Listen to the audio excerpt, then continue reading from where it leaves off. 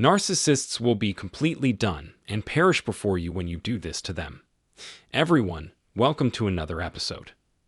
Unlocking the secret to managing the influence of narcissistic individuals in your life revolves around a single principle: make them optional.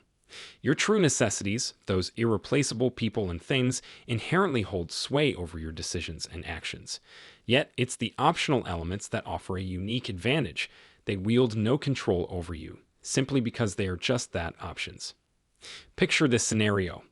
The toxic tendrils of your narcissistic family attempt to dictate your schedule, pressuring you to attend events or make calls. With the power of choice, you calmly respond, "It's an option. I'll contemplate it, thanks." Similarly, when faced with an assertive individual pushing for your time and attention, you assert, "That's an option. Appreciate it. I'll weigh my choices and let you know." Embracing a life where numerous aspects remain optional translates into reduced stress, diminished anxiety, and a shield against potential abuse. The freedom to choose, to evaluate, and to decide is your key to navigating the intricate dance with narcissistic influences. Imagine you find yourself at a crossroads, perhaps in a job interview where they're selling you on being part of the #1 company, hailed as the employer of the year for 5 consecutive years. They paint a picture of a welcoming family, a cohesive team. They ask, "Are you ready to join?" And you calmly respond, "It's an option. I'm considering." Suddenly, the power dynamic shifts.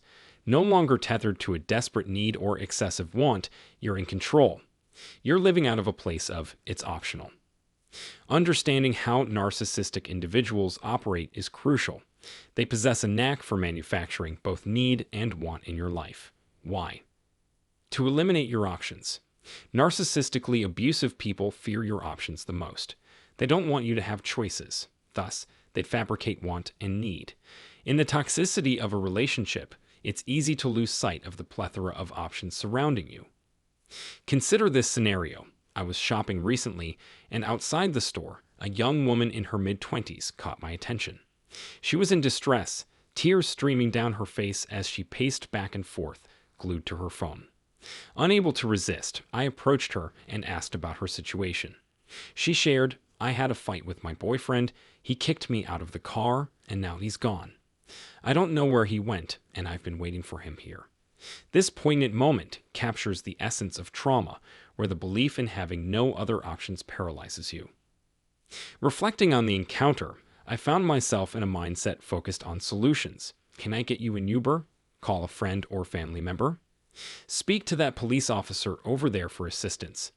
I was exploring every possible option. Yet the person in trauma was fixated on a single thought: I need him to come back. It dawned on me that I, too, could easily find myself in a situation not far from hers. Now, I haven't found myself shedding tears like that, but in a strange way, I experienced a similar feeling dealing with my narcissistic, toxic, dysfunctional relatives back in California. Initially, there was this manufactured desire they created. "Come on, Kevin, we love you, spend time with us." They painted themselves as the most entertaining bunch, always ready for a good time. Falling for it, I developed a craving, wanting that dopamine hit from being around them. Soon, it shifted to a necessity. Once I began to grasp the toxicity in the air, it became a mandate. "No, you have to be here. You're a part of this. You can't escape. We expect this from you," and so on. I distinctly recall driving to see them, not out of genuine desire anymore. The detachment from wanting to be near these folks settled in, yet I felt cornered, seeing no other options. So, there I was in the car, praying. Praying while driving, pleading for things to go smoothly. "Oh Lord, let it go well. Give me the right words, Lord, to avoid arguments and fights. Please, please, Lord, let it go well." Tears and pleas flowed. Looking back, I term those moments as wasted prayers. Truth be told, I've never since, and will never again, pray for a relationship like that, and I advise the same for you. Oh please, let it go well. It's a futile prayer.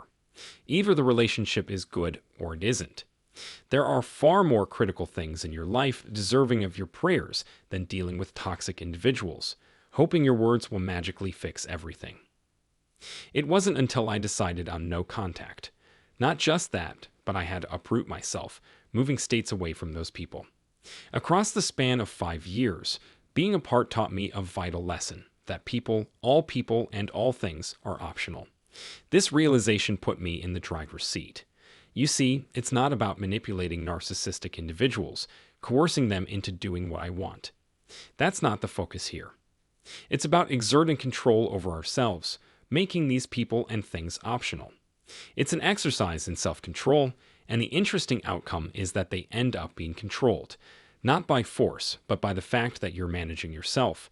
This self-control shapes the distance and interactions, essentially putting you in control of them.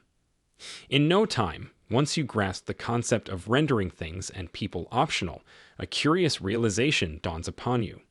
Suddenly, individuals don't harbor ill intentions towards you. Why? Because, well, they're choices, and you're not obliged to linger. The whole world takes on a kinder hue because you're not tolerating unwarranted mistreatment. You're not enduring the abuse.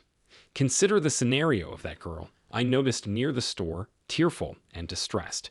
Given more years and life experience, the potential trajectory could be, "Oh, you're ejecting me from the car over this disagreement? Fine. I might not be here when you circle back. You're an option because my presence isn't mandatory." As I mentioned earlier, reaching this mental space requires time.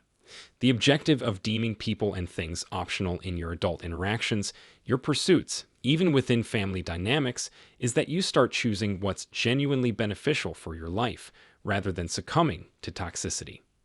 So, I'm here to guide you through this process, to unravel the intricacies and bring you to a point where people and things are viewed as optional, because they are.